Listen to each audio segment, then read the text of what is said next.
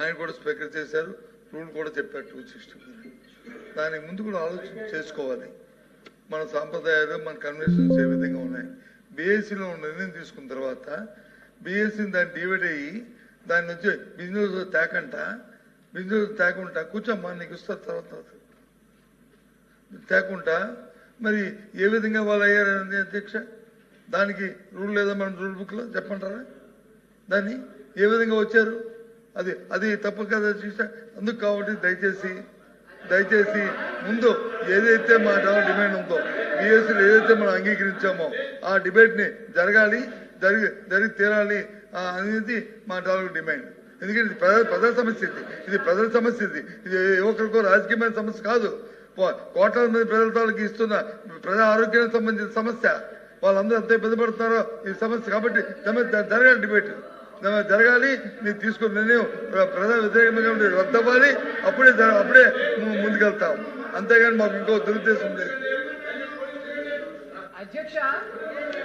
Chairman గారు, అధ్యక్ష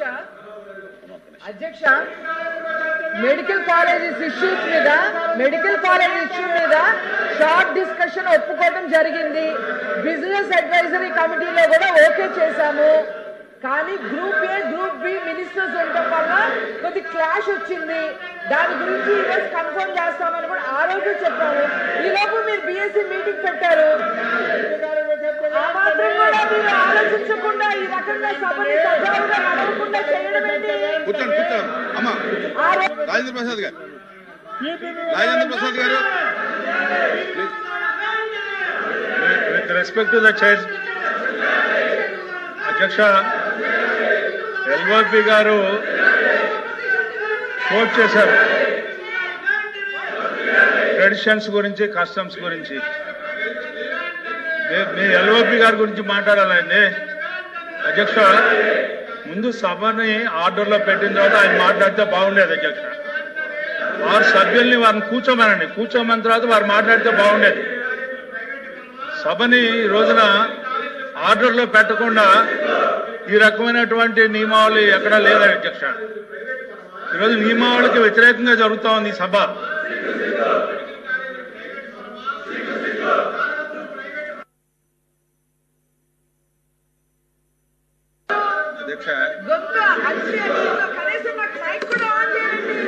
అధ్యక్ష, ఈ శాసన మండలి ఈ రోజు స్టార్ట్ అయింది కాదు అధ్యక్ష. గత ప్రభుత్వంలో కూడా శాసన మండలి ఉంది, తమరే అధ్యక్షులు ఉన్నారు. ఒక్క రోజైనా సరే సభ్యులు పోడియం మీదకి వచ్చిన సందర్భాలు ఉన్నాయా?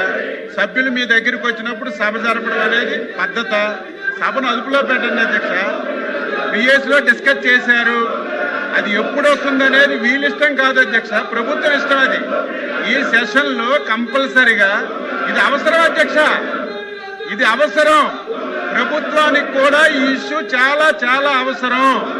మేము తీసుకున్నటువంటి నిర్ణయం ప్రజల శ్రేయస్సు గురించి తీసుకుంటున్నటువంటి నిర్ణయం. అది మొత్తం ఎక్స్ప్లెయిన్ చేస్తాము. ఈరోజు తీసుకున్నటువంటి నిర్ణయం వల్ల ప్రజలకు ఏ రకంగా మేలు జరుగుతుంది, ప్రజలకు ఏ రకంగా ఉపయోగపడుతుందని చెప్తాం అధ్యక్ష.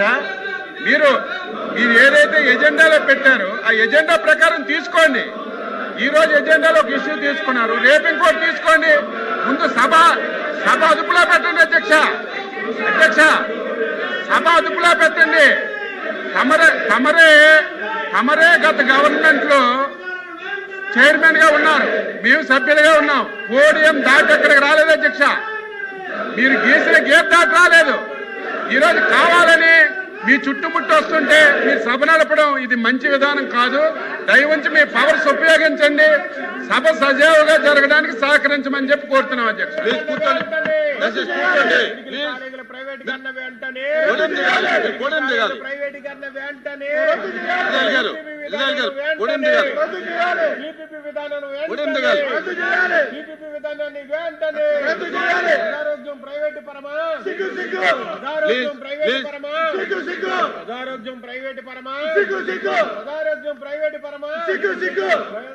ప్లీజ్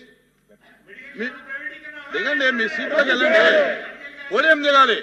మీరు రోజు పోడియం ఎక్కడం మంచి పద్ధతి కాదు. మీరు నిరసన అనేది మీ సీట్లో చేయాలి తప్ప పోడిన దాకా వచ్చి కరెక్ట్ కాదు ఇది. పీపీపీ విధానం వెంటనే పీపీపీ విధానం వెంటనే పీపీపీ విధానం వెంటనే పీపీపీ విధానం వెంటనే మెడికల్ కాలేజీలపై చర్చ వెంటనే మెడికల్ కాలేజీలపై చర్చ వెంటనే రద్దు చేయాలి మెడికల్ కాలేజీలపై చర్చ వెంటనే రద్దు చేయాలి మెడికల్ కాలేజీలపై చర్చ వెంటనే మెడికల్ కాలేజీలపై చర్చ వెంటనే మెడికల్ కాలేజీలపై చర్చ వెంటనే మెడికల్ కాలేజీలపై చర్చ వెంటనే మెడికల్ కాలేజీలపై చర్చ వెంటనే ఎల్ఓపి గారు చెప్పాలి మీ సభ్యులకి సీట్లో కూర్చుని నిరసన తెలియజేయమనండి. మాట సైలెంట్ గా ఉంటాం. మేము మాట్లాడితే సైలెంట్ గా ఉండే విధానం కాదు ఇది. ఇది పద్ధతి కాదు అధ్యక్ష. ఇదేం పద్ధతి ఇది? ఇదేం పద్ధతి అధ్యక్ష? అపోజిషన్ లీడర్ మాట్లాడినప్పుడే సైలెంట్ గా ఉంటాం. మీరు మాట్లాడినప్పుడు మనం చేస్తామంటే పద్ధతి ఎక్కడ ఉంటుంది అది? ఒకసారి గత సభ ఎలా జరిగిందో ఒకసారి చూపించండి అధ్యక్ష.